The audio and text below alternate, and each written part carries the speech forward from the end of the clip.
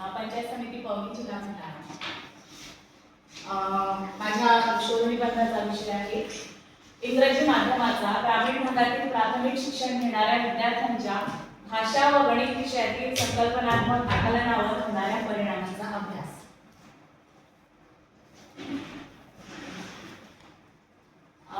माझ्या या शोध निबंधाचा छोटा सारांश आहे की शिक्षणाचं जे माध्यम असतं ते विद्यार्थ्यांच्या बौद्धिक विकासावर प्रभाव टाकत असतं।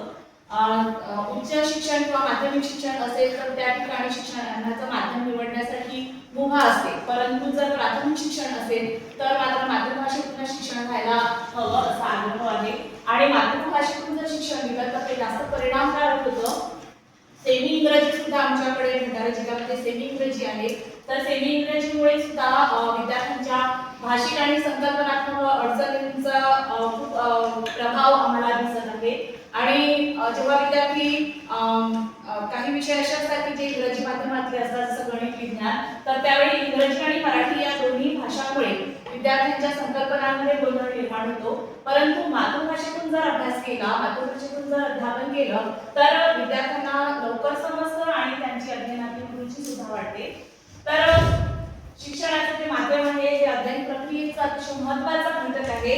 आता जागतिकीकरणामध्ये इंग्रजीला अतिशय जास्त महत्त्व आलेलं आहे, परंतु असे काही देश आहेत चीन, जपान यासारखे की ज्यांनी मातृभाषेतून शिक्षण देऊनही त्यांच्या देशाची प्रगती साधलेली आहे। आणि आपल्याकडे काय झालेलं आहे की सेमी इंग्रजी माध्यमामुळे भाषेचा गोंधळ होत आहे। गणितातील ज्या काही संकल्पना आहेत त्या संकल्पना मुलांना समजण्यामध्ये कठीण जात आहे आणि त्याच्यामुळे विद्यार्थ्यांच्या अध्ययनावरती प्रतिकूल परिणाम होत आहे। या संशोधनाची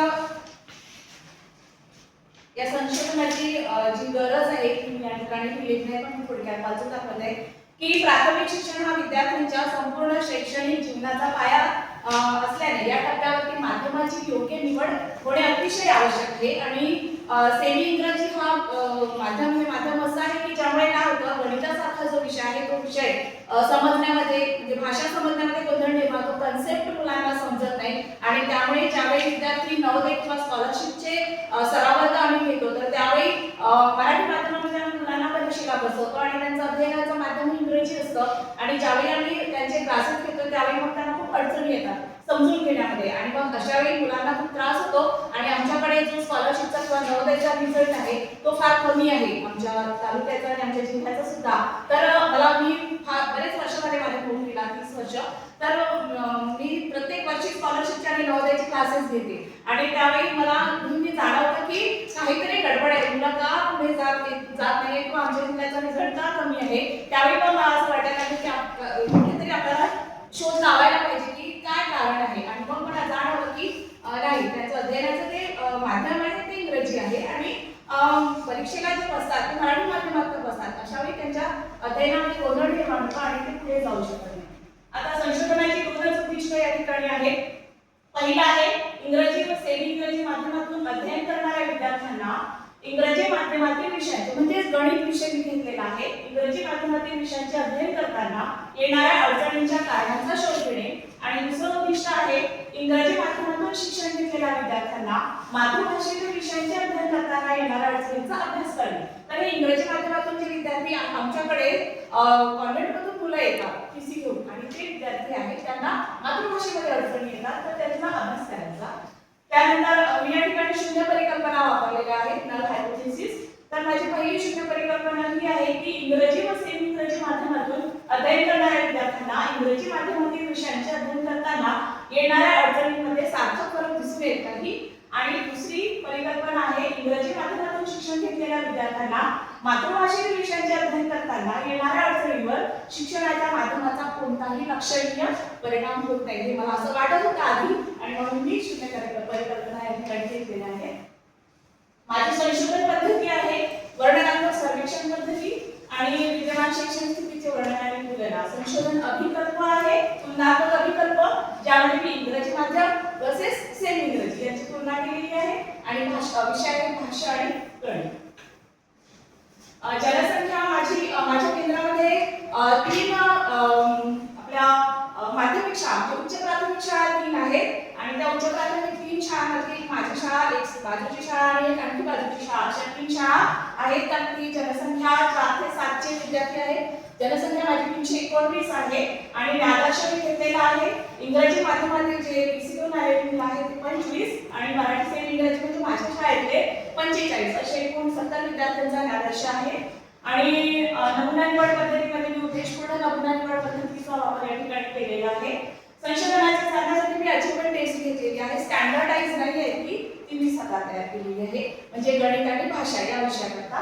आणि एकूण 10 गुणांची मी टेस्ट पण मॅडम मी या ठिकाणी ती जोडलेली नाही आहे कारण मला लक्षात नाही आलं ती जोडायचं. तर माहिती संकलन करताना भाषा आणि गणित विषयाची लेखी चाचणी घेतली 10 गुणांची प्रत्येक इयत्ते करता आणि त्यामध्ये मग गुणांचा गट पण ठरवला म्हणजे 4 पेक्षा कमी गुण 40% आणि 4 पेक्षा 60% असा गुणांचा गट ठरवला. माहिती विश्लेषण करण्यासाठी मी एसपीएसएस या सॉफ्टवेअरचा वापर केलेला आहे आणि त्यामध्ये वारंवारता आणि टक्केवारी यांचा वापर केलेला आहे. काय स्क्वेअर चाचणीचा पीएसएमची काय स्क्वेअर चाचणी आहे त्याचा सुद्धा मी वापर केलेला आहे. आणि या संशोधनाच्या मर्यादा म्हणजे फक्त जिल्हा परिषद शाळांपुरता मर्यादित आहे. गणित आणि विषय मराठी या विषयांचा विचार केलेला आहे. नमुन्याचा आकार मर्यादित आहे. अतिशय महत्त्व या संशोधनाचं आहे की माध्यम बदलामुळे विद्यार्थ्यांच्या अध्ययनावर परिणाम होतो.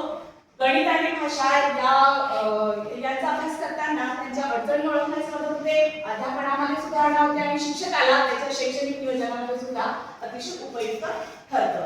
तर अशा प्रकारे मी बार चार्ट सुद्धा काढलेले आहे. हे इंग्रजी माध्यमाचे विद्यार्थी आणि हे मराठी सेमी इंग्रजी माध्यमाचे विद्यार्थी आहेत.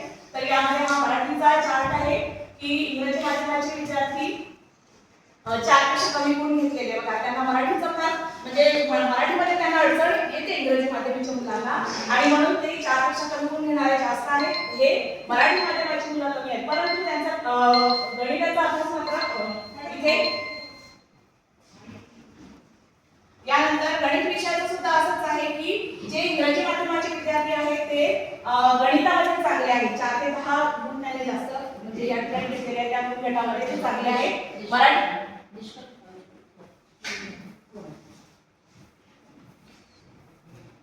एसपीएसएस काय स्क्वेअरनुसार माझे निष्कर्ष आहे.